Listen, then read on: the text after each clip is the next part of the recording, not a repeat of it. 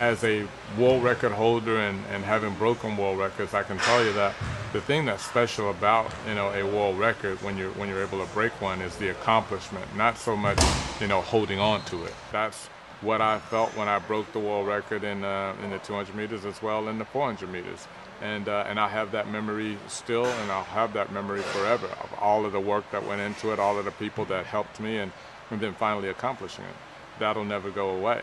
Attempting the 200, 400 Olympic double was absolutely a daunting task, and it was something that I had to be confident that I could do it. I would say that 1996 Atlanta was certainly the most difficult task that I ever took on, and I was able to be successful, and making history there was certainly significant. Since I retired, I've never felt I wish I was still out there. I was fortunate. I was very fortunate to achieve all of the goals that I had set for myself. Most people forget that when I retired, I was still ranked #1 in the world, and probably could have gone for another 4 years and won more Olympic gold medals, but I'd run out of goals. I'm most proud of the fact that I went to 3 different Olympics and 5 different world championships, and I won every time. That type of consistency and longevity in the sprints in particular is very difficult, and so that's the thing that I'm most proud of. The Olympic Games are always exciting because you know that you're going to see the best athletes at their best. And so I find myself during every Olympics, it's happened every Olympics, I find myself just glued to the television and going to events that I wouldn't go to outside of the Olympics. There aren't a lot of athletes out there this year that are different than the ones that we heard of from the last Olympics. Michael Phelps and Usain Bolt, I think those guys are going to be the stars again. I think Usain can do whatever he wants to do. He's got that type of talent, and he wants to win 3 gold medals again. And I would say if he's healthy and he gets to the starting line healthy, at his best, everyone else at their best, he wins every time. I mean, he's just that good. I think that he could break the world record again. He could run, he could run 9.5 lower. He runs very raw. He's not a very clean sprinter.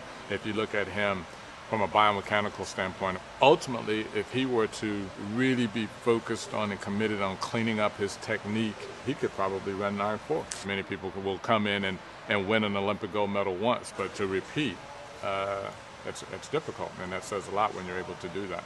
I think that the false start last year at the World Championships that you're saying was something that was a product of him feeling like his start was much improved.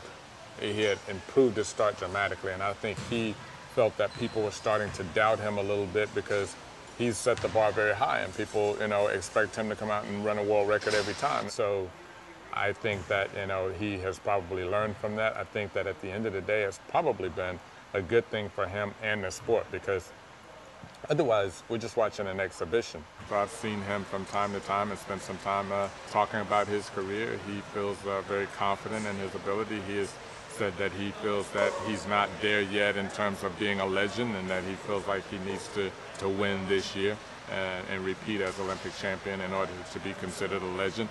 Most of us already consider him one, but I think that that's a healthy attitude to have. It gives him an objective and some motivation. Certainly, if he repeats this year as 100 and 200 meter Olympic champion, then he'll have to be known as the greatest of all time. It's the Olympics. You're going to have you're going to see a lot of people out there winning medals, but the icons, the people who kind of rise above and become huge superstars of the Olympics are the athletes who go in and make history and do something that was unexpected.